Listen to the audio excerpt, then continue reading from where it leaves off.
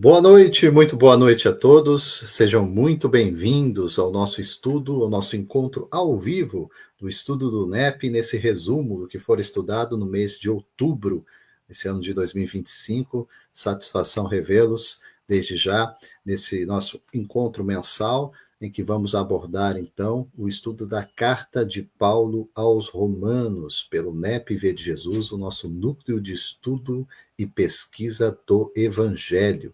Já deixo para vocês aí o convite, seja pela página do Facebook, canal do YouTube, basta digitar NEP V de Jesus. No canal do YouTube, você se inscreve, aciona o sino de notificações e recebe os vídeos semanais das nossas atividades. Lá dentro do próprio canal do YouTube, você tem uma playlist com todos os episódios da série Romanos Verso a Verso, entre outros estudos realizados também pelo NEP V de Jesus. Hoje alcançamos o episódio de número 139 da série Romanos Verso a Verso. Lembrando aqui que a intenção, gente, é buscar as correlações entre a primeira e a segunda revelação, entendendo por isso Antigo e Novo Testamento sobre a ótica, sobre a perspectiva da doutrina espírita, o Consolador prometido por Jesus, para relembrar as palavras do Mestre, ao mesmo tempo em que desenvolve e aplica o ensino de Jesus para a atualidade dos nossos dias. E lembrando aqui para vocês, então, série Romanos Verso a Verso, hoje estudo refletindo em torno do 5º capítulo da carta de Paulo aos Romanos, que é uma das 14 cartas paulinas que chegaram até nós, a carta aos Romanos, no seu capítulo 5, versos de 5 a 8. Como já disse, episódio de número 139 da série. Deixando para vocês aqui também o convite para que vocês, aqueles que estão acompanhando nesse momento, acompanharão depois, possam compartilhar, levar para a sua rede, para aqueles interessados no estudo, aprofundamento do Evangelho à luz da doutrina consoladora, para que outros tantos consigam também, conosco, compartilhar e aprofundar estes ensinamentos. É uma satisfação mais uma vez estar aqui nesse encontro com vocês, encontro aguardado e esperado. Não estou sozinho, estou na presença dos nossos dois comentaristas do V de Jesus, mais uma vez conosco, e desde já agradeço a presença deles e chamo primeiramente Juliette Neira com a gente. Seja muito bem-vinda, querida Juliette. Boa noite, amigo Emerson. Boa noite a todos, aos nossos amigos que estão assistindo conosco, os que vão assistir depois. Faço minhas as palavras do Emerson. Compartilhem esse estudo, porque ele nos traz muito calor ao coração e Paulo nos traz um aprendizado único e necessário do Evangelho do Cristo. Que nós possamos, que as nossas palavras aqui, que os nossos comentários, que a nossa grande conversa que a gente faz sempre todo final de mês, todo início de mês, seja mais uma vez produtiva e edificante. Um abraço. Muito bom, Juliette, com a gente mais uma vez, nos auxiliando aqui na interpretação dos textos paulinos para aprender um pouco mais do Evangelho. Conosco também, mais uma vez, o querido André Fernandes, diretamente de São Paulo, na nossa conexão São Paulo, Rio de Janeiro. André Fernandes, seja muito bem-vindo. Já que a gente está falando de Paulo, né, tem que falar de São Paulo. Boa noite, matando as saudades aqui do amigo Emerson, da Juliette também. Muito obrigado pela oportunidade. Espero que consigamos alcançar alguma profundidade na interpretação de hoje, baseado naquilo que o Emerson veio falando ao longo do último mês de outubro sobre esses versículos. Obrigado.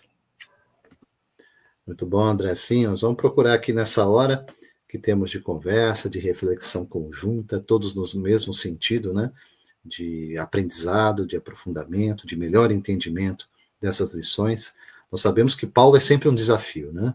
Mergulhar aí nos textos e no pensamento deste apóstolo eleito como um vaso escolhido por Jesus para levar o evangelho para as nações, para levar o evangelho portas afora de Israel, e sabemos o quanto ele contribuiu e tem contribuído para a melhor compreensão das palavras, dos ensinos, dos exemplos do nosso mestre, né? Eu trago aqui, antes da gente adentrar o próprio texto da Carta aos Romanos, uma reflexão, porque por vezes a gente é questionado, é natural que sejamos, né? Nós já tratamos disso em outras ocasiões, companheiros da doutrina espírita, eles falam, Emerson, por que um estudo da Carta aos Romanos, né? Nós temos aí uma vasta literatura espírita, né? É o espiritismo que vem atualizar, no sentido de desenvolver, aplicar, como eu já disse aqui, a doutrina do Evangelho, né? É necessário mesmo a gente voltar a esses textos.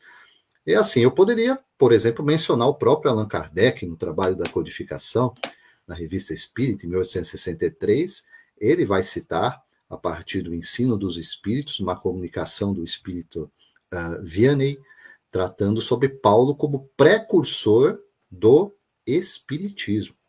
Veja, ele que já tratara de Sócrates e Platão na obra Evangelho segundo o Espiritismo, os dois filósofos gregos, né, tratando que eles também foram precursores tanto da ideia cristã quanto do Espiritismo, da mesma forma vai mencionar o apóstolo Paulo de Tarso, que sabemos, pelo próprio ensino da codificação, que esteve presente, aliás, era um dos espíritos mais presentes nas reuniões da Sociedade Parisiense de Estudos Espíritas, ao lado de Santo Agostinho, ao lado de Lamennais, de outros espíritos muito frequentes nas reuniões, exatamente trabalhando conjuntamente com o codificador. E há uma mensagem específica que trata sobre essa questão lá em 1863, se não me engano, publicada em dezembro, acho que é a comunicação de outubro em dezembro de 63, Kardec publica, e menciona mesmo a Carta aos Coríntios, os conceitos de Paulo sobre corpo espiritual, tratando sobre a ressurreição, né?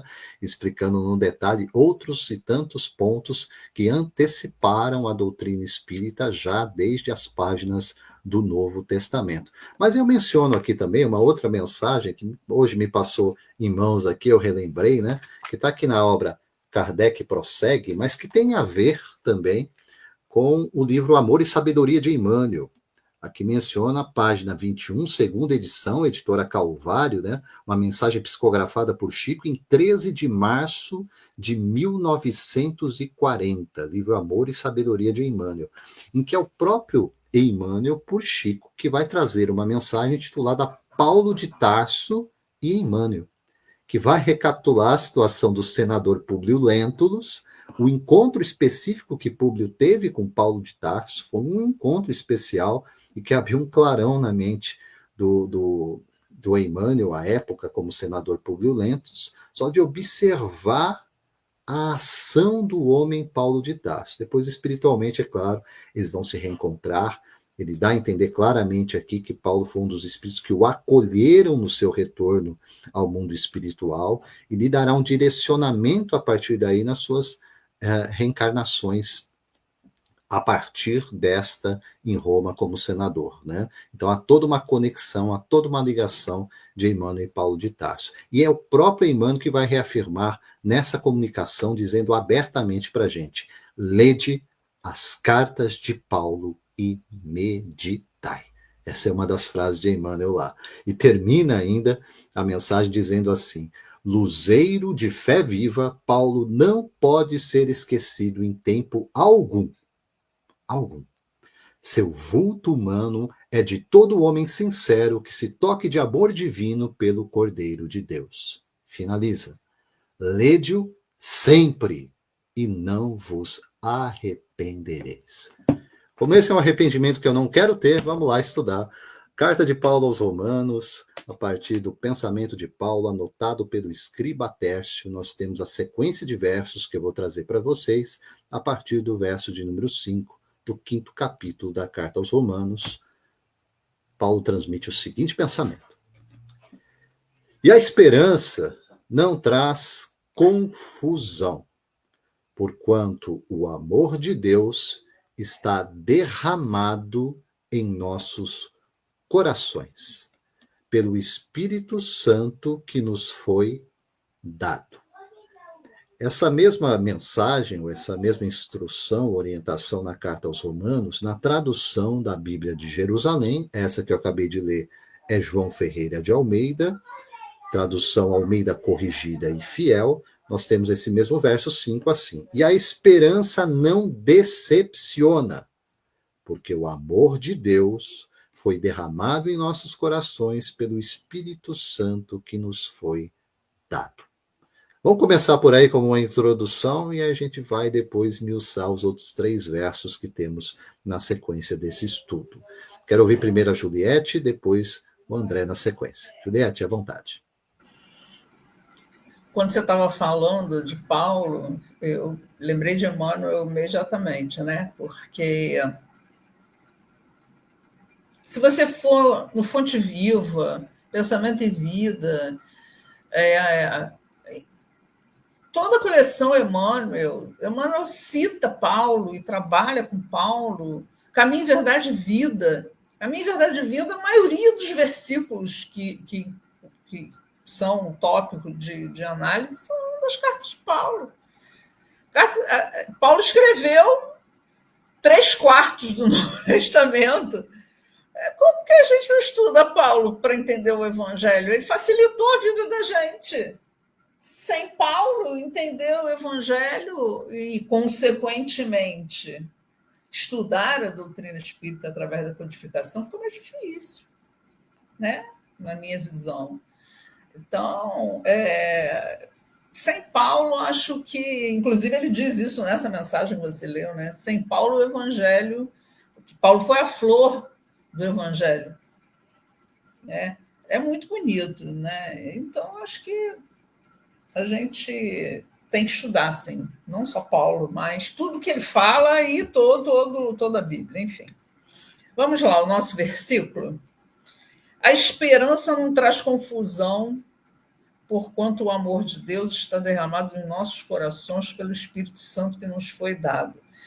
O amor de Deus é o conhecimento e a consciência cósmicas, na minha opinião, né? E o amor infinito de Deus que está em nós, porque nós temos o amor dele e conhecemos o amor de Deus. Todos nós o conhecemos. Estamos vivos graças ao amor de Deus. Caminhamos na terra e conseguimos caminhar graças ao amor de Deus. E Jesus corporificou o amor de Deus. Paulo nos descreve isso de uma maneira muito metafórica, sim, mas quando ele vê Jesus e se transforma de Saulo em Paulo, né, nessa metáfora de nomes, ele conhece Deus em Jesus, reconhece Deus em Jesus. E é o que a gente precisa fazer. Eu acho que é isso aqui que está derramado em nossos corações pelo Espírito Santo que nos foi dado. É o DNA que nos foi dado, é o DNA divino que foi concedido a nós. Né? É assim que eu leio esse versículo. Ele considerando que ele ainda está falando da justificação, né? Então, ele nos coloca que dentro dessa justificação, reconhecer em Jesus o amor de Deus e que o Espírito Santo, sendo Cristo, nos trouxe isso, né, corporificado, eu acho que é a grande mensagem desse versículo.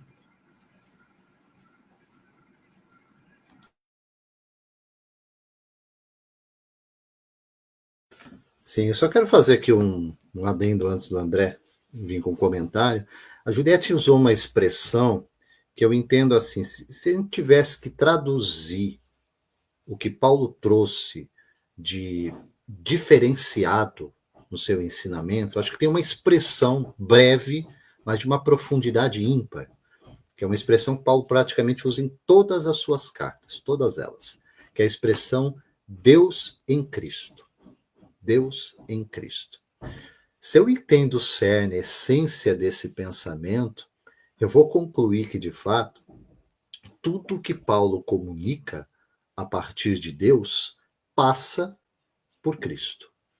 Ele realmente é a via, né? Por isso que ele usa a expressão do mediador.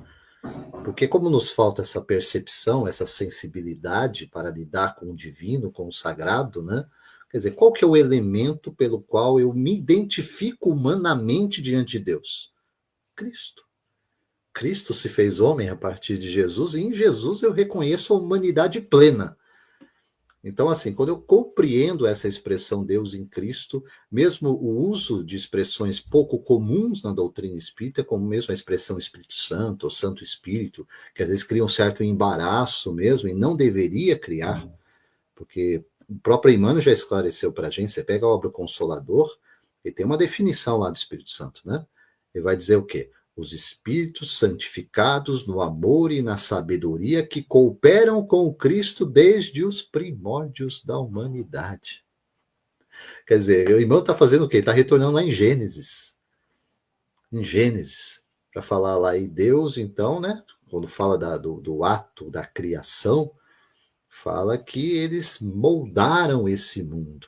E moldaram esse mundo num pensamento conjunto, porque Deus se manifestando pelo seu Cristo, e o Cristo tem a sua equipe imediata, direta, de ministros, de colaboradores, de espíritos santificados no amor e na sabedoria. E são esses espíritos, gente, que coordenam todo o movimento mais imediato do contato conosco, nos inspirando através daquilo que na escala espírita nós chamamos o quê?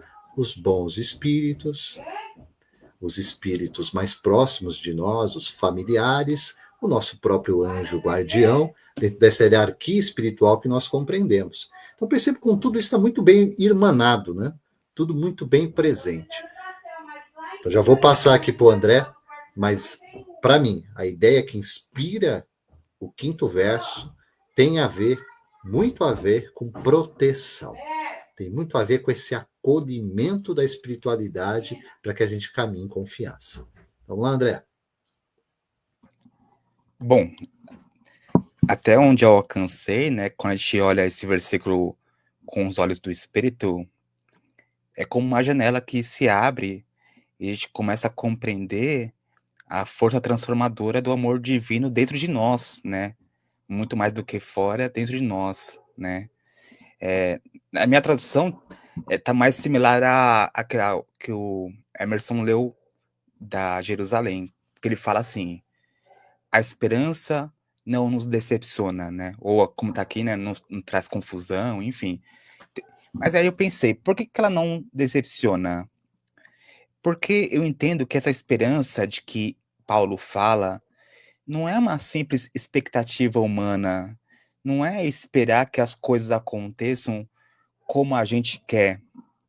Eu entendo que é algo muito mais profundo.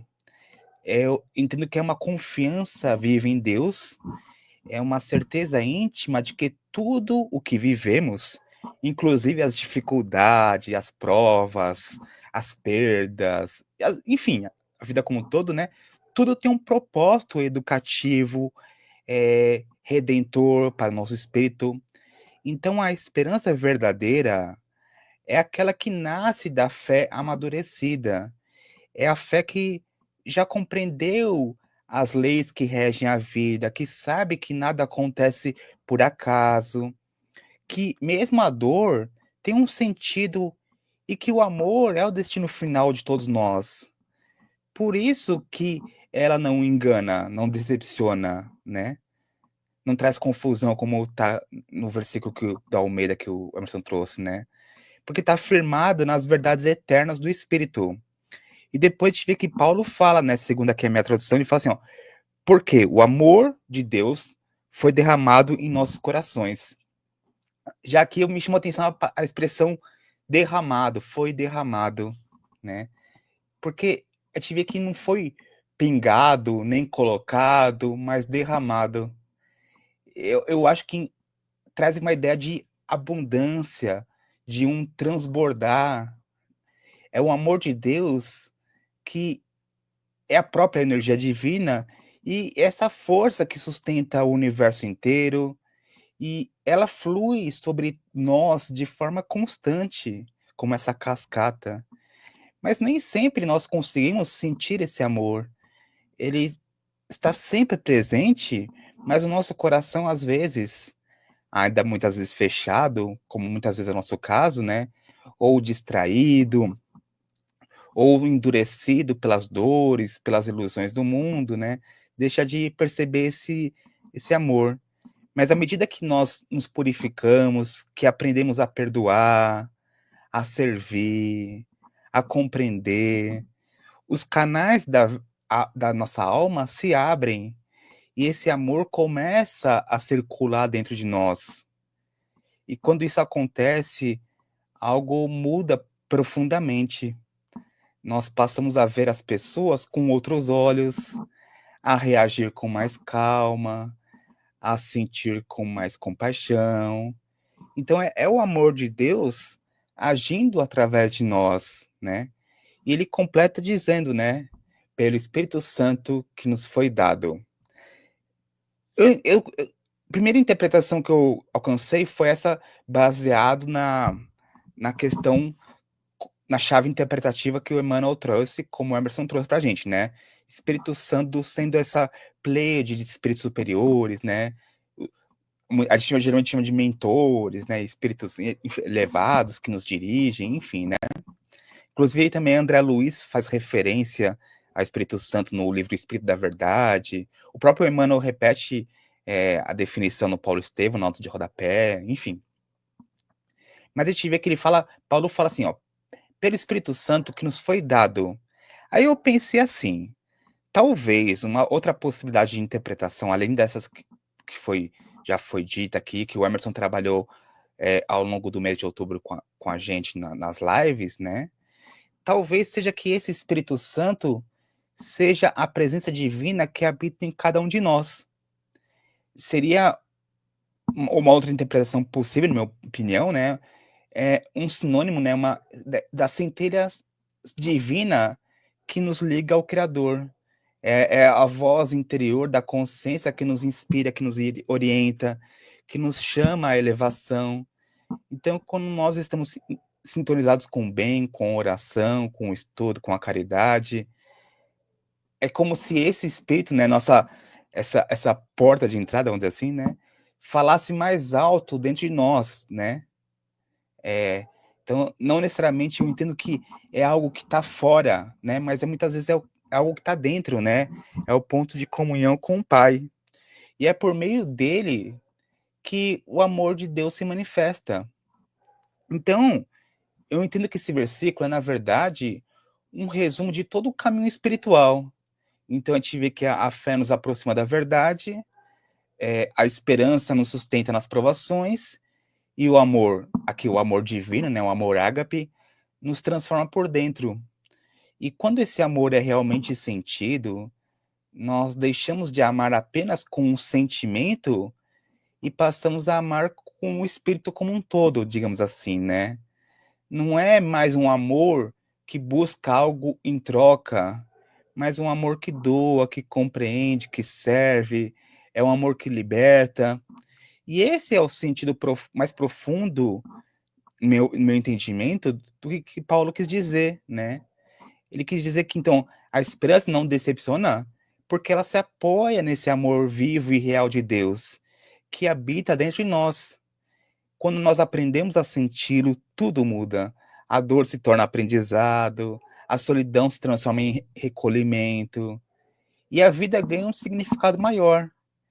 Então, eu desejo que nós possamos alimentar essa esperança firme, abrir o nosso coração a esse amor divino e escutar dentro de nós a voz suave do Espírito, que é o próprio Deus nos convidando todos os dias à renovação e à luz, né? Nos conclamando a esse caminho de comunhão, né? Obrigado.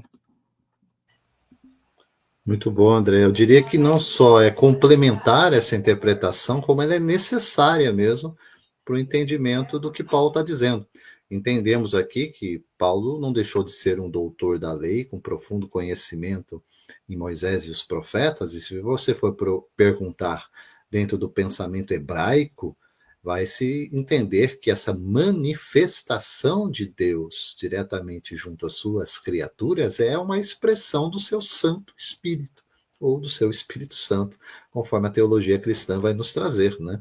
Então é fundamental, sim, entender essa questão do DNA divino, da centelha, como você disse, né? Porque tem tudo a ver aqui com a aplicação mesmo do verso.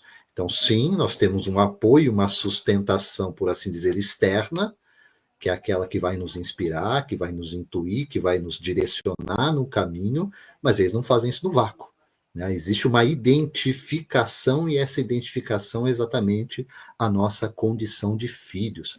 Lembrando que estamos no 5º capítulo, tratando sobre as consequências da justificação pela fé. E a expressão principal, quando tratamos de justificação, é reconciliação. Reconciliação só é possível com reconexão. E reconexão tem a ver com relacionamento. Então, perfeitamente aí, acredito que a gente possa caminhar no melhor entendimento, entendendo no movimento externo, sim, mas, sobretudo, interno da aplicação do verso 5º aqui, do capítulo 5 da Carta aos Romanos. Eu vou ver agora na sequência, André e Juliette, eu vou tratar aqui um par de versos, que é o 6º e o 7º, que eu entendo que traz uma ideia conjunta que vai nos favorecer aqui entender o pensamento paulino na Carta aos Romanos. O 6º verso ele vai tratar assim: porque Cristo, estando nós ainda fracos, morreu a seu tempo pelos ímpios. Aqui, tradução João Ferreira de Almeida, tradução Bíblia de Jerusalém, que eu gosto de trazer em conjunto para o entendimento do desdobramento do verso. Mesmo o verso 6º está assim: foi com efeito, quando ainda éramos fracos, que Cristo, no tempo marcado, morreu pelos ímpios. 7º verso, João Ferreira de Almeida: porque apenas alguém morrerá por um justo, pois poderá ser que pelo bom alguém ouse morrer. Na Bíblia de Jerusalém, o 7º verso está assim: dificilmente alguém dá a vida por um justo. Por um homem de bem, talvez haja alguém que se disponha a morrer. Veja, tem o poderá ser, em João Ferreira de Almeida, e tem o talvez, com uma cogitação aqui, nessa, entendo, perspectiva humana sobre um sacrifício com relação a alguém que esteja fora de uma condição de justiça diante de Deus, né? Recapitulando, então, aqui, nós temos no verso 6º: porque Cristo, estando nós ainda fracos, morreu ao seu tempo, ou no tempo marcado, pelos ímpios, entendendo o ímpio aqui como o mal, o perverso, aquele que se opõe sistematicamente à lei divina. É por este que o pensamento expresso por Paulo aqui na Carta aos Romanos diz que Cristo morreu ao seu tempo. Vamos começando a ouvir aqui, Juliette, vamos lá, que essa sequência, essa dupla de versos aí, vai nos facultar a entender muita coisa do pensamento de Paulo aqui em Romanos. Vai lá. Verdade. Eu entendo da seguinte maneira: primeiro, o ímpio, como você falou, né, é aquele que vive de forma contrária aos mandamentos divinos. Simples assim, né? E nós, fracos, porque nós ainda damos atenção à sombra. Somos sombra e luz, e a nossa luz ainda está apagadinha. Então, a gente ainda tem interesse pessoal, vaidade, orgulho, impiedade. Então, o nosso amor, como o meu amiguinho fez a descrição ali perfeita, o nosso amor é raso. O nosso amor ainda não primeiro que a gente precisa ser preenchido de amor para dar esse amor, né? E nós ainda não nos preenchemos desse amor. Nós até já conseguimos, alguns de nós, saber que o amor de Deus habita em nós, mas daí a já o ter preenchido, né? Nos ter preenchido dele, que é o Deus habita em nós, né? Ainda estamos aí meio longe disso, mas já um caminhozinho. Enfim, quando a gente conseguir isso, com certeza que a nossa expansão de amor, né, que tem na literatura de André Luiz de uma forma belíssima, nas luzes que emanaremos quando expandirmos esse amor, aí a gente consegue. Agora, por que alguém morreria por um ímpio? Eu consigo imaginar uma mãe morrendo por um filho, né? Um pai, numa situação, e aí você oferece a sua vida. Agora, será que a gente morreria pelo nosso parceiro ou parceira? Será que a gente morreria pelos pais? Será que a gente morreria pelas pessoas que a gente nem sequer conhece? E, principalmente, será que a gente morreria por quem nós faz o mal? Então, quer dizer, Jesus morreu por todos. Ele não fez acepção nenhuma de pessoa nenhuma, em nenhum momento, muito menos na crucificação. E o a seu tempo é o tempo que, para mim, morreu a seu tempo, como ele espelha Deus, morreu no tempo de Deus. Ali existia uma conexão, né? Voltando ali um pouquinho para trás, a conexão. Eu e o Pai somos um. A conexão de Jesus, a forma como ele espelha o amor de Deus, é através dessa conexão. Tudo nele é Deus. Ele não tem nada dele. Tudo nele é de Deus. Nós ainda temos coisas nossas, porque nós escolhemos ser vaidosos, orgulhosos, enfim, impiedosos. Isso não é de Deus, porque o mal não pertence a Deus.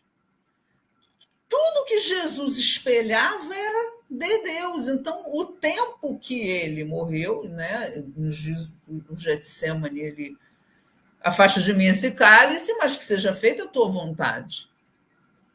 E é aquilo que a gente tem que um dia dizer da forma como disse Jesus. Ele não estava confuso, ele não estava perdido, ele não estava com medo, ele não estava com nada.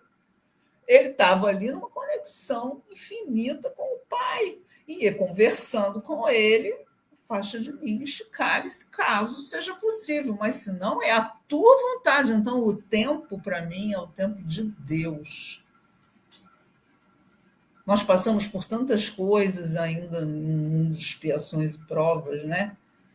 Que quando Emerson falou do arrependimento, eu me lembrei da palavra hebraica do techuvá, né? Que arrependimento é cura, é voltar, fazer o retorno e retornar. É o conceito de retornar ao caminho. E aí, esse arrependimento nosso, ele não é completo. A gente vai se arrependendo, conforme a gente comete o ato, a gente se arrepende. Né? A gente não consegue se arrepender antes. Não, eu me arrependo de pensar, eu não quero fazer, não estou arrependido. Não, a gente precisa fazer para se arrepender.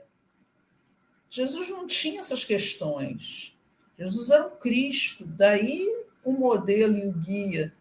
E a conexão, que é o que a gente precisa buscar para que todas as nossas potencialidades divinas se manifestem através dessa conexão com o nosso Pai que está nos céus. É isso, amigos. É assim que eu entendo esse conjunto. A amplitude desses dois versos aqui daria uma briga por séculos, né? Porque quantos e tantos se debruçaram sobre esse tema aí, com concordâncias e discordâncias, né? Então, assim, não seremos nós os pretensiosos a resolver plenamente a questão, mas ela é por demais intrigante, né? Acho que essa é a grande pergunta, né, Juliette? Por quê? Por que alguém morreria por um homem mau, por um homem perverso, né? Porque o verso traz uma perspectiva humana. No primeiro momento fala, eu morreria, eu não morreria, você morreria? Não. Porque a gente só pensa como humano, Emerson.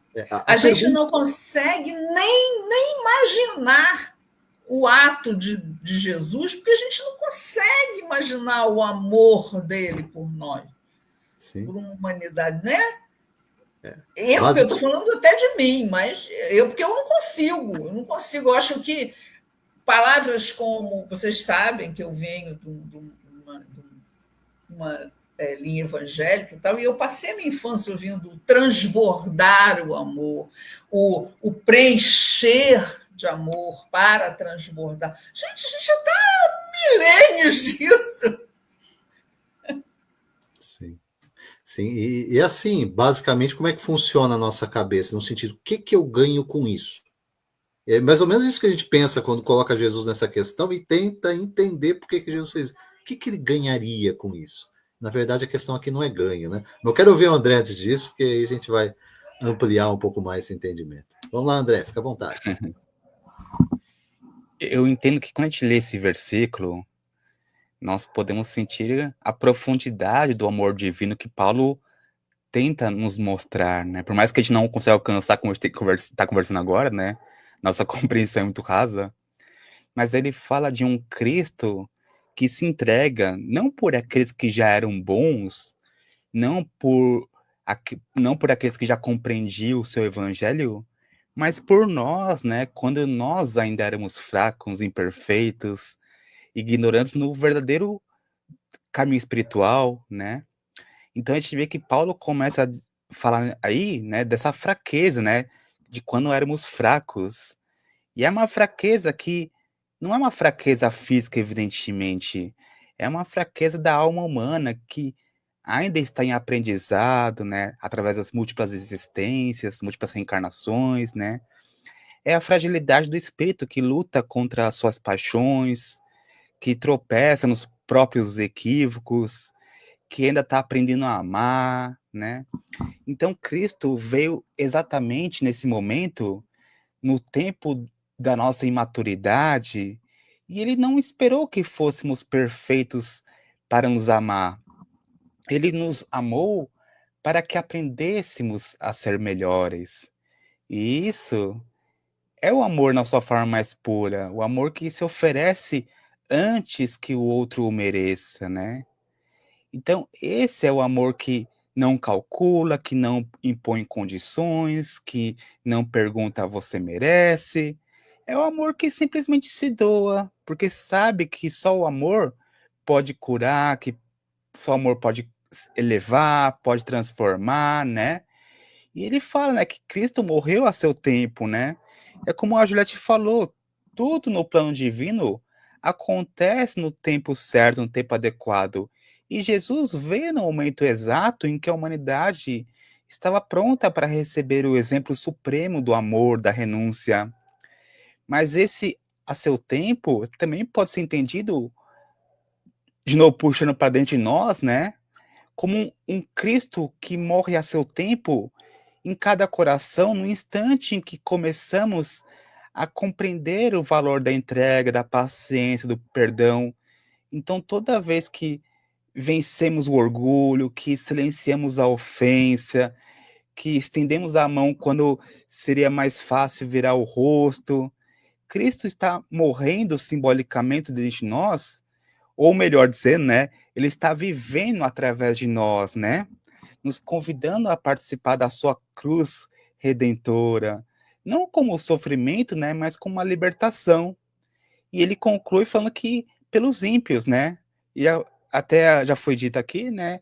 Esses ímpios, eu entendo que mais, né, do que os ditos maus, né, ou os que se afastaram da fé, né? Eu entendo que somos todos nós, né? Em algum grau, quando ainda não compreende o amor divino, quando vivemos movidos ainda pelo egoísmo, pela indiferença, pela vaidade. E foi por nós, né, por espíritos em aprendizados, que Cristo se entregou. Ele não veio julgar o mundo, veio para curar as almas. E veio ensinar que ninguém está perdido, que todos podem recomeçar. E esse é o sentido mais profundo da cruz, no meu entendimento. Ele não é um símbolo da dor, mas é o símbolo do amor levado até o fim. É o amor que vence o ódio, é a doação que vence o medo, é a vida que vence a morte, né? Então a gente vê que Aqui, Paulo quer nos trazer esse lembrete de que Deus não espera o momento ideal para nos amar. Ele mesmo cria o momento ideal, né? Cristo, Cristo desce à sombra, né, do nosso íntimo, do nosso coração, para acender a luz. Ele nos alcança na fraqueza para nos ensinar força, nos busca no erro para nos revelar o caminho da verdade.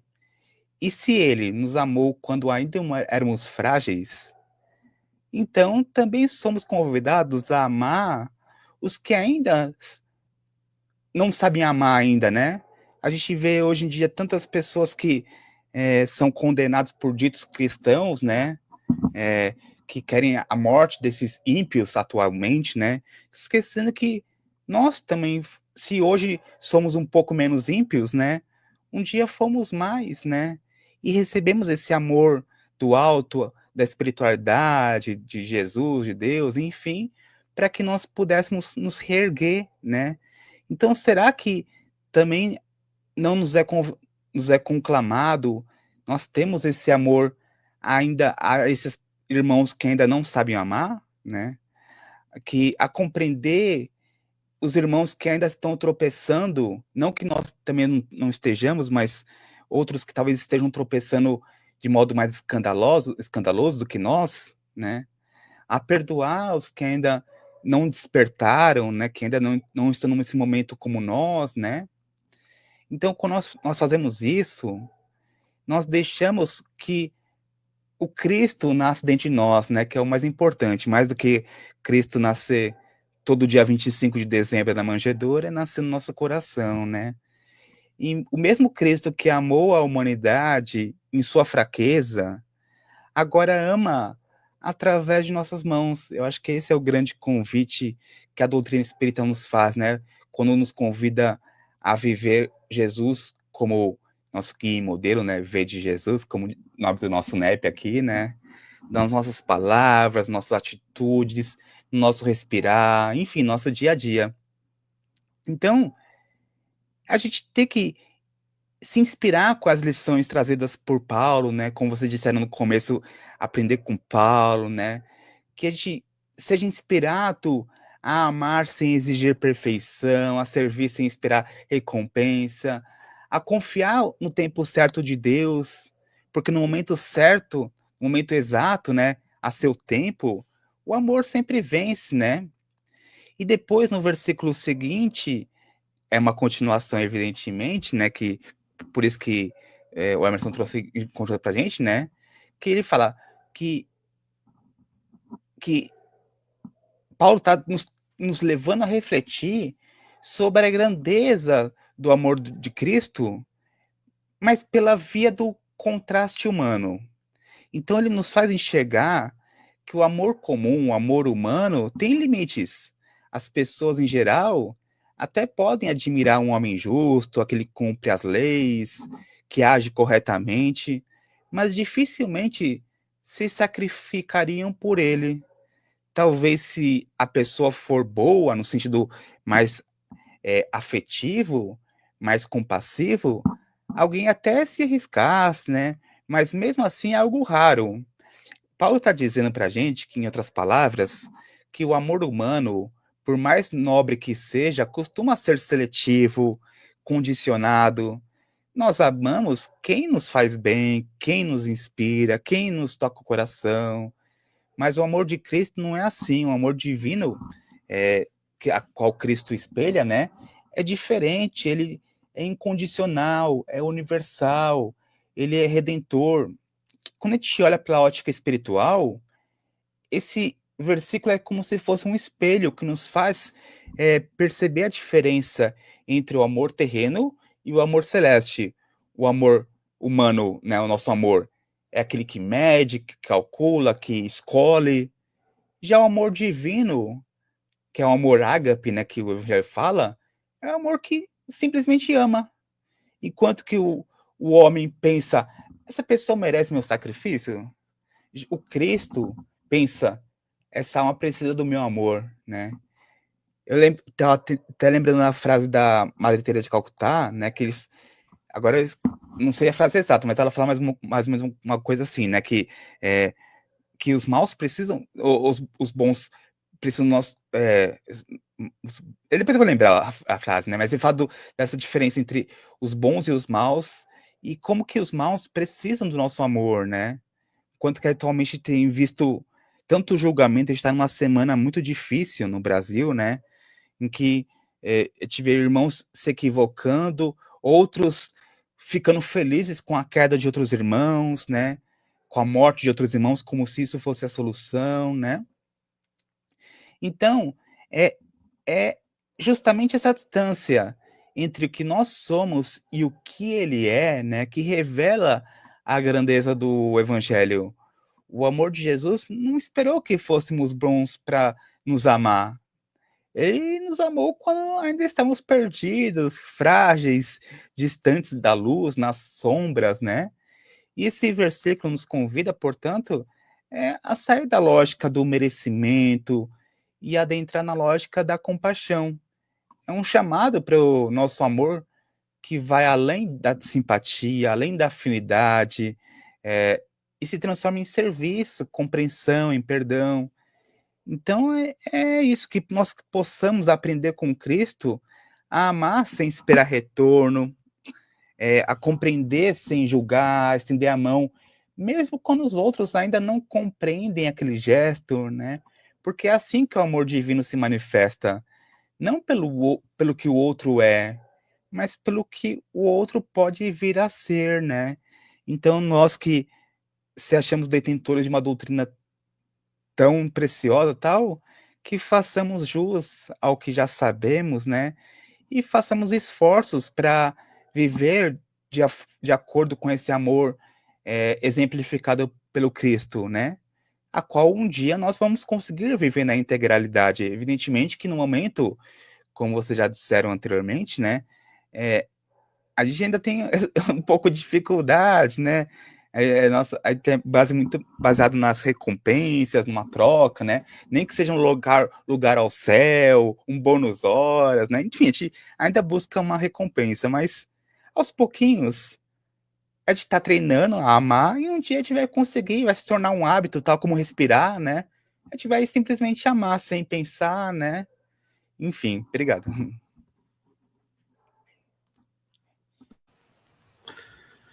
É essencial a gente compreender realmente que a gente precisa sair da lógica humana, né? A lógica humana olha aqui para o verso 7 e vai tratar sobre as questões de obras e mérito, né? Que é como muitos ainda raciocinam mesmo as questões de salvação. Entendo as questões de salvação muito com relação ao que a Juliette trouxe anteriormente sobre o arrependimento. Estão conectados, né? Por isso que a condição para a salvação é arrependimento e fé, conjuntamente. Isso tem a ver com o processo de cura. Por isso Jesus diz que veio para os doentes, não para os sãos. Eu acho que isso conecta perfeitamente com esse entendimento para tratar os ímpios da forma como eu compreendo que nós devemos tratar, olhando para nós. Como o André disse, para nós. Não adianta ficar procurando fora, né? Falar, acho que eu conheço o ímpio, sim. Tem o fulano, Beltrano, não. Vamos olhar isso de uma forma mais específica, porque quando eu olho para a escala espírita, gente, não adianta. Eu olho para a escala espírita, eu abro lá o item 101 em O Livro dos Espíritos. Kardec elaborou essa escala, submeteu a equipe do Espírito de Verdade, eles deram um ok, então acho que merece uma atenção da nossa parte. Então lá tem 3 divisões. Ou é espírito imperfeito, ou é bom espírito, ou é espírito puro. Resumindo. Se é espírito imperfeito, olha só, breve descrição. Vê se a gente se identifica ou não. Predominância da matéria sobre o espírito. Propensão ao mal. Ignorância, orgulho, egoísmo e todas, não algumas, todas as más paixões que lhe são consequências. Tem a intuição de Deus, mas não compreendem. Não são Você me todos descreveu. essencialmente maus. Não são todos essencialmente maus. Em alguns há mais de inflexão e reflexão, de inconsequência e de malícia, do que verdadeira maldade. Uns não fazem o bem, nem o mal, porém só pelo fato de não fazerem o bem, já denotam sua inferioridade. E vai por aí afora. Que descrição mais clara e mais direta sobre nós, humanidade terrena, comunidade de espíritos imperfeitos, gente.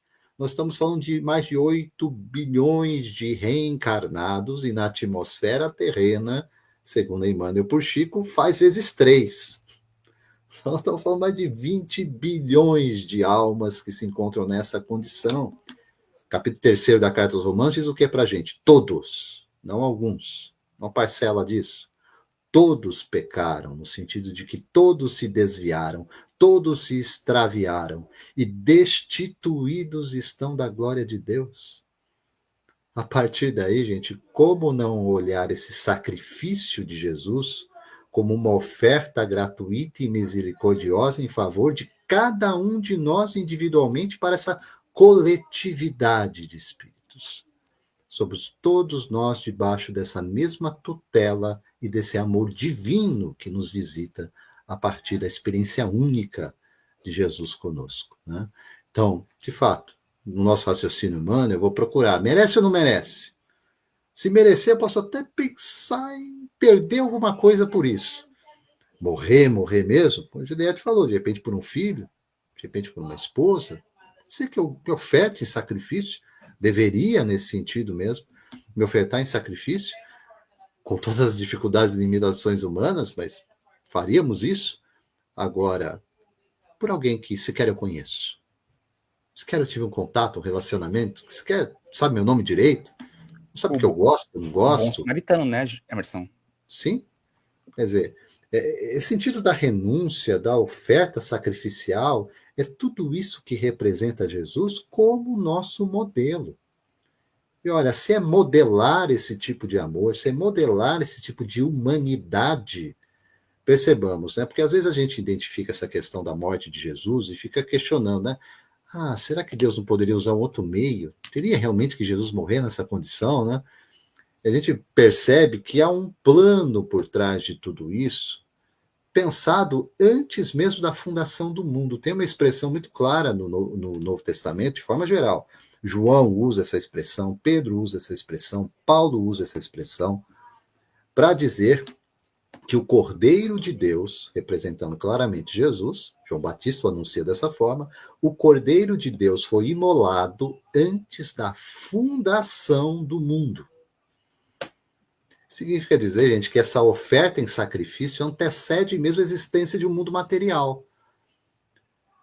Quando o Espírito adota, porque eu acho que essa expressão é a que mais cabe com relação à humanidade como a nossa, adota uma humanidade decaída, adota uma humanidade que rejeita sistematicamente a lei divina, ele sabe perfeitamente o que ele está fazendo.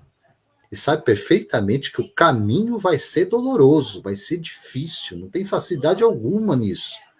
E quando ainda assim o faz voluntariamente, como fez Cristo, que amor constrangedor, gente. É por isso que quando nós captamos isso, identificamos isso, não tem como, você se prostra, você se entrega. Você olha para isso e fala, meu Deus do céu, o que é isso? Olha o que está me sendo ofertado, como eu posso rejeitar? E quando realmente há esse despertamento, gente, a gente quer compartilhar. A gente fala, poxa, se eu fui amado com um amor desse tipo, eu não posso oferecer menos. Não tem sentido oferecer menos.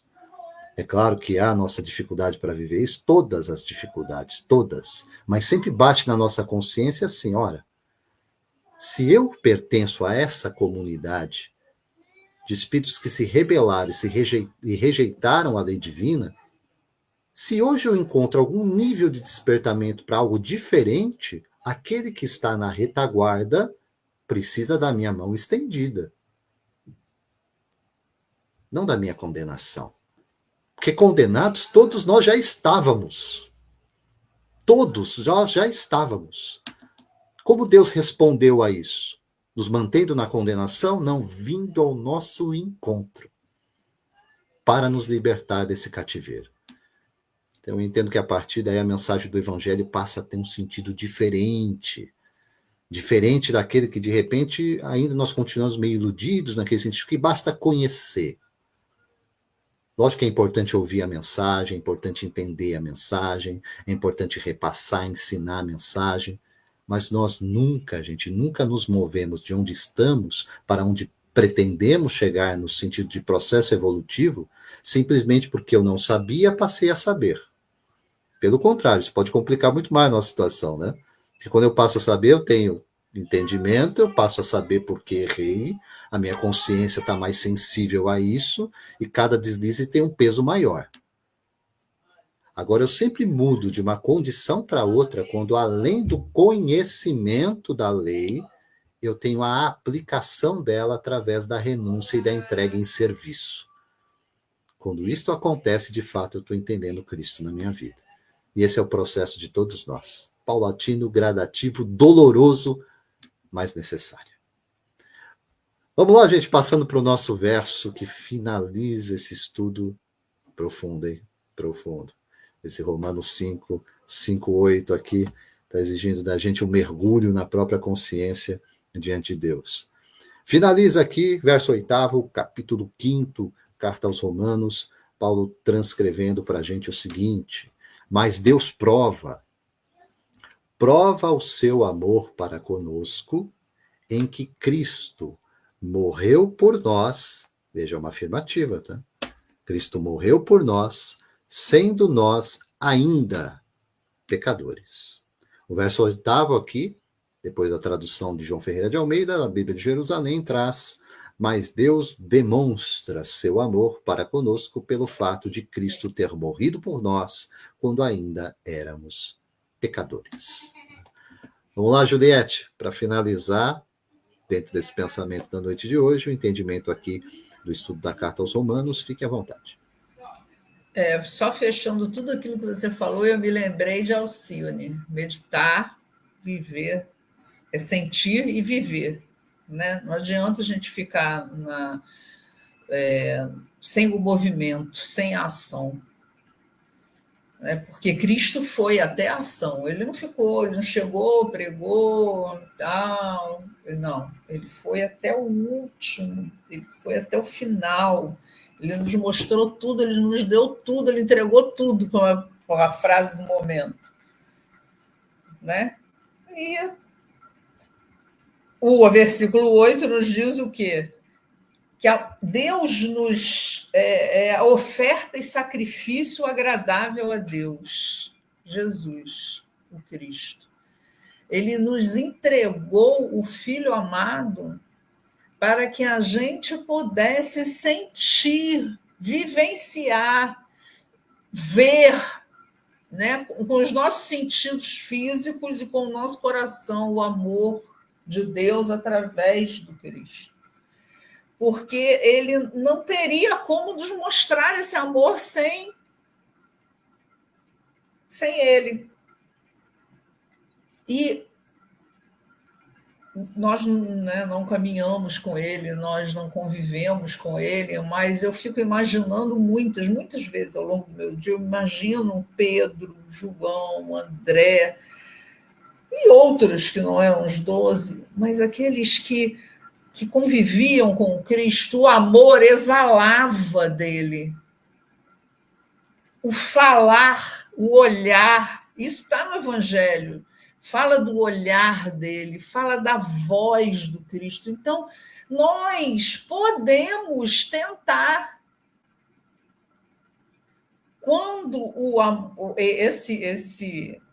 isso que você falou sobre o amor dele no Cristo, né?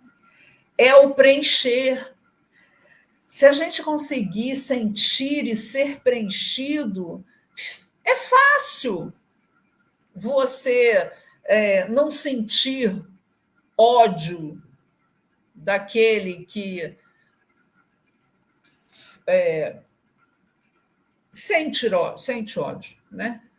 Isso que o Andrézinho falou, o Rio de Janeiro, essa semana, está parecendo a Ucrânia.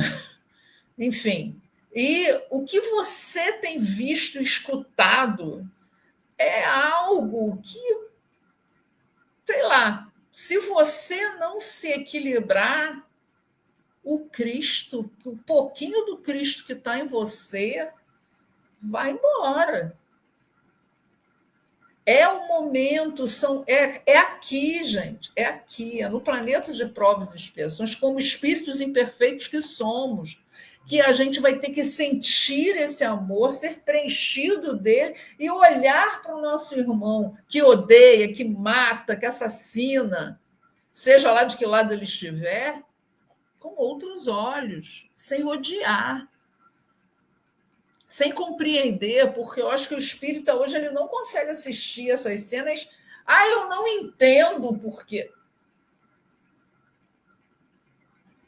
A nós foi concedido o privilégio, entre aspas, de estar aqui e de conseguir ter na doutrina a chave para desvendar a Bíblia e entender que o mal só habita aonde ele tem espaço. Mas que o bem que habita em nós tem que ser partilhado com o irmão que ainda não compreendeu isso. E como o Emerson falou muito bem, é uma corrida de... Como é que chama aquilo? Que vai passando o bastão. Eu estou na frente, eu estico para pegar o bastão do outro para ajudar ele. E assim sucessivamente. Eu não posso largar ele para lá, para trás. O barco está naufragando, eu vou pegar o bote, ponho em mim e dane-se o resto.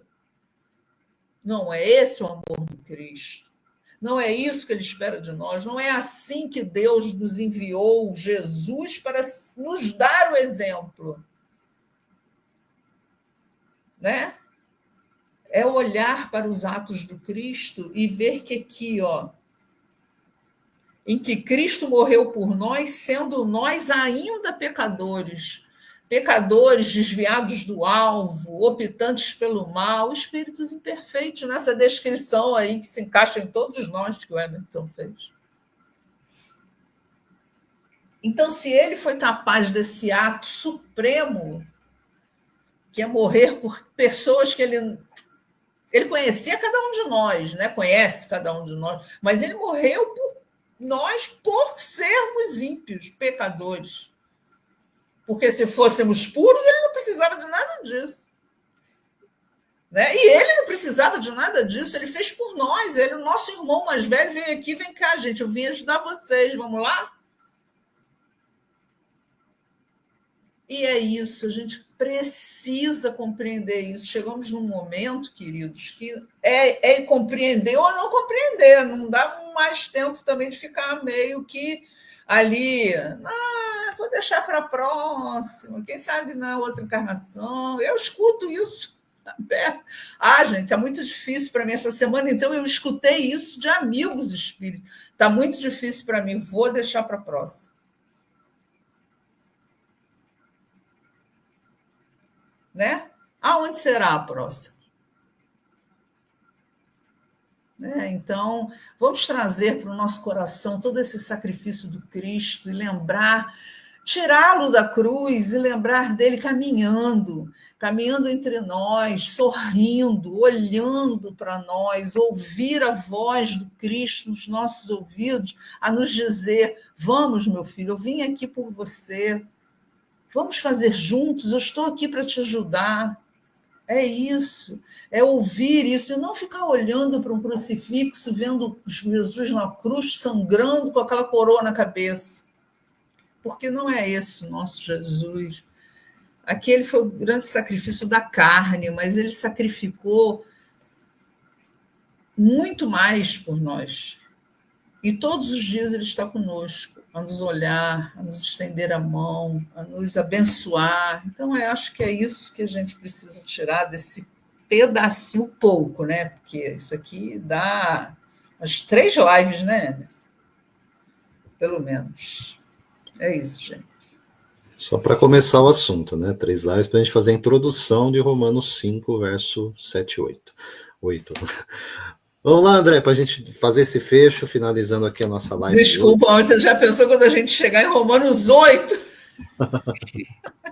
Vamos longe. Vamos lá, André, para a gente finalizar aqui esse resumo do mês de outubro, nosso estudo Romanos 5, capítulo 5, versos de 5 a 8, nosso episódio 139 da série Romanos verso a verso, André Fernandes. Vamos lá. Só para reforçar o que a Juliette falou, né? Eu abri aquela frase que eu tava tentando lembrar da Madre Teresa, que ela fala, ela fala, as pessoas boas merecem nosso amor, as pessoas ruins precisam dele, né? Então o caminho é o amor, né? Não é a condenação, é para separar ainda que tem dificuldade o crime do criminoso, né? Enfim. Mas vamos lá, no último versículo, né, do nosso estudo de outubro. Eu entendo que aqui Paulo está nos mostrando a essência do amor divino, que é um amor que não espera a perfeição, como a gente conversou no dia de hoje, que não exige mérito, que não se condiciona à nossa pureza ou ao nosso acerto, né? Deus nos ama, aliás, Deus não nos ama, melhor dizendo, né? Porque somos bons. Ele nos ama porque para que nos tornemos bons, né? Inclusive, fica a dica de leitura, eu estava lembrando agora, quando estava falando, do capítulo 30 do Pensamento e Vida, sobre o amor, né? Que fala desse amor de Deus, né? Enfim. Então, esse é o ponto mais profundo da mensagem de hoje, né? O amor de Deus não é recompensa, é semente. É esse amor que nos desperta, que nos transforma e nos conduz à luz. E aqui nesse versículo que está na tela, Paulo usa uma palavra que me chama muita atenção, né? Que fala que Deus prova o seu amor. Aí eu pensei, prova, né? Ou seja, o quer dizer esse prova, né? Aí eu pensei assim, provar é talvez se tornar visível, concreto, incontestável. E como que ele prova o seu amor, né? Então a gente tem resposta com Paulo, né? Enviando Cristo para nos amar e nos servir justamente quando ainda estávamos distantes, né? Para vivenciar esse amor. Porque não podia ser em teoria, né? Na teoria, os profetas já tinham dito, baseado na teoria, mas o amor não é teoria, não é tratados filosóficos, né? É vivência, não tem muito segredo, né? Não tem muito como fugir, né?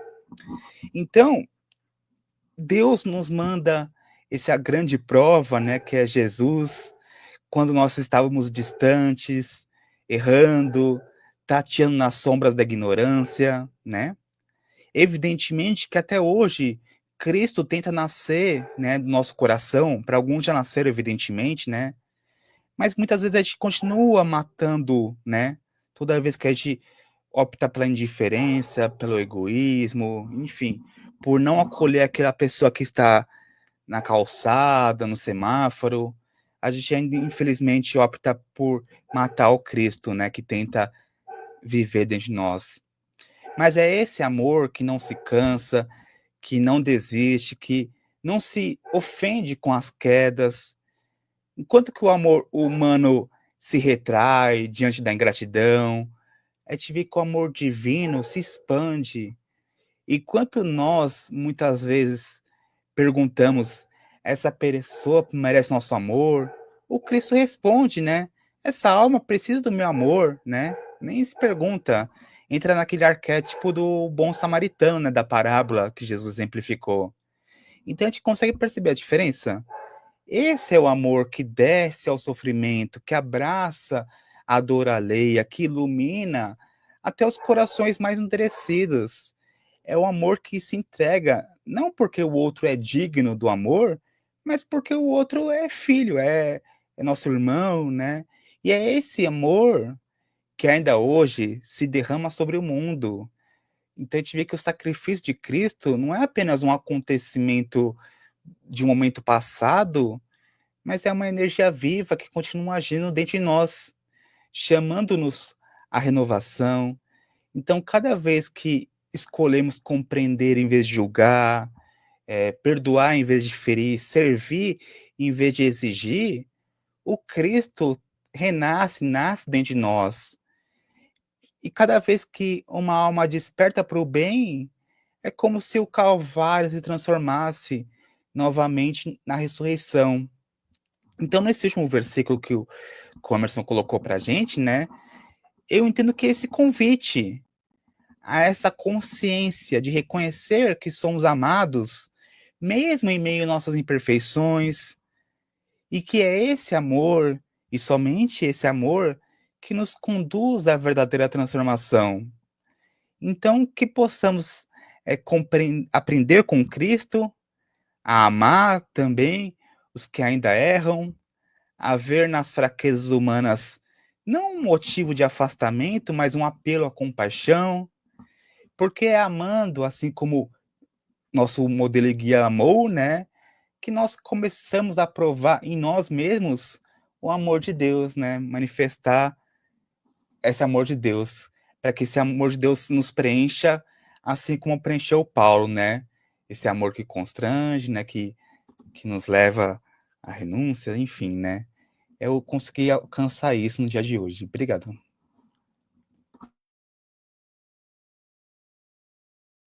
Muito bom, queridos. Chegamos aqui, então, na parte final do nosso estudo da série Romanos, verso a verso, estudando aqui no episódio 139, nossas reflexões que foram feitas ao longo do mês de outubro, resumidas aqui entre os versos 5 e 8 do 5º capítulo da carta de Paulo aos Romanos. Quero mais do que agradecer Juliette Neira, André Fernandes, mais uma vez conosco aqui. Nós que agradecemos. Muito bom. Juliette também, a presença, os comentários, sempre preciosos aqui para o desenvolvimento do nosso estudo. Deixando aqui o convite para vocês, para que estejam conosco sempre às segundas-feiras, às 20 horas, página do Facebook, canal do YouTube, basta digitar NEPV de Jesus, o nosso estudo sequencial aqui da carta de Paulo aos Romanos, sob a ótica, a perspectiva da doutrina consoladora, né? Fica o recado, então, lições preciosas da noite de hoje que extraímos, olhando sobretudo para a graça, para o amor e para a misericórdia divina em nosso favor. Acho que, como bem trouxe a Juliette, o André aqui nas reflexões para a gente, vamos pensar o seguinte: a questão não é apenas quando Cristo veio conosco, é sobretudo por quê. E o porquê tem muito a ver com essa nossa condição, que não é a nossa condição natural. Nós não estamos aqui para viver em egoísmo, em orgulho, em vaidade, em cobiça, em ganância. Esta não é a nossa natureza. Como filhos bem-amados de Deus, nós somos chamados a refletir o caráter de Deus. E o caráter de Deus tem a ver com amor, com justiça, com caridade. E é com esse sentido, sobretudo, eu conclamo todos a vocês a continuarem conosco, estudando, refletindo e aplicando. Para cada um de nós, esta é a mensagem, o sentido e a razão de ser do nosso encontro. Juliette e André, paz com Jesus, os nossos amados. Juliette, quer deixar uma palavrinha final? Agradecer, né, meu amigo, a você, ao meu amiguinho André, por partilharem esse estudo comigo, por a gente poder dividir essas nossas reflexões.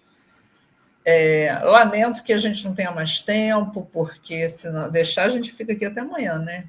Mas é muito bom. Espero que todos os nossos ouvintes possam usufruir desse momento e refletir junto conosco, colocar os comentários, deixar para a gente, quem sabe, né, discutir em outra oportunidade aquilo que eles refletirem. Obrigada mais uma vez, que Jesus esteja conosco e abençoe nosso final de semana. Muito bom. André, quer deixar o seu boa noite? Bom, eu acho que é curto por causa que a teoria a gente já está cansado de saber, né? Múltiplas encarnações. Agora está na hora de ir para a vida real, para a prática. É muito fácil, é muito gostoso estar aqui com o Emerson, com a Juliette, conversando só sobre assuntos bacanas. Mas o amor é para ser vivido, né? Muito mais do que ser estudado, né? Então, o convite é claro para a gente, né? Que nós possamos olhar para o nosso próximo com mais compaixão, com mais misericórdia, mesmo com aqueles que são condenados pela sociedade, né? Como esses que foram aconteceu no Rio de Janeiro, né? Aconteceu essa tragédia no Rio de Janeiro, enfim, enxergar todos como irmãos, né? Que estão caminhada, alguns se equivocando mais, outros menos, né? Não é por causa que a gente não está naquela situação, que a gente não está se equivocando também, mas em outra instância, em outra esfera, né? Então, que nós possamos amar, sobretudo os diferentes, os que não compreendem, os que não amam, né? O convite de Paulo é muito claro para a gente, né? Então, mais do que ficarmos aqui confabulando sobre o amor divino, vamos tentar, né, colocar em prática, como a Juliette trouxe agora há pouco o Alcione, né, de conhecer, meditar, sentir, viver, né, que possamos ir para o segundo passo, né, do meditar, de começar a sentir, viver, né. É claro, evidentemente que no começo pode ser que fique um pouco mais engessado, né, a gente tem um pouco de dificuldade, sobretudo a amar aquele que a gente ainda muitas vezes não compreende, né. Mas quando a gente lembra de Paulo, quando a gente lembra do Cristo, né, compreende que os desígnios divinos estão acima de tudo, né, que é que aquele nosso próximo é nosso irmão, né, e a gente começa, nem que seja fazer uma prece por ele, né, não precisa ir lá beijar ele, não é isso, mas para a prece, né, para que ele desperte para o bem, para a luz, né, que Cristo consiga encontrar algum terreno fértil naquele coração, né, daquele irmão que às vezes está tão acostumado em destilar ódio, né, a odiar, né, e aos poucos você estiver aprendendo a compreender os diferentes, né, e replicar o amor de Cristo, né, porque mais do que enaltecer, evidentemente, o amor que Cristo tem por nós, mas a intenção é sempre que nós nos espelhemos em Cristo, né, que possamos amar, né, sem distinção, né, ao nosso próximo, como Cristo amou. Então era isso. Muito obrigado, Emerson, muito obrigado, Juliette, muito obrigado, amigos do futuro que vão assistir esse programa. Espero que Deus abençoe a todos nós, né, e que nos dê olhos de ver a esse irmão, que possa nos inspirar nesse nosso amor, né, que possamos a cada dia amar um pouquinho mais, porque se contar a soma dos dias, a gente já vai estar amando um tantão, já vai estar bom demais, né? Para quem não amava muito até ontem, né? Ao final da existência já vai estar amando um bom tanto, né? Então é o caminho. Obrigado. Isso aí, André. Gratidão, gratidão a todos. Desejando aqui um ótimo final de semana para vocês e esteja conosco na sequência do nosso estudo. Paz, luz, sabedoria. Deus nos abençoe de sempre. Até a próxima. Até breve.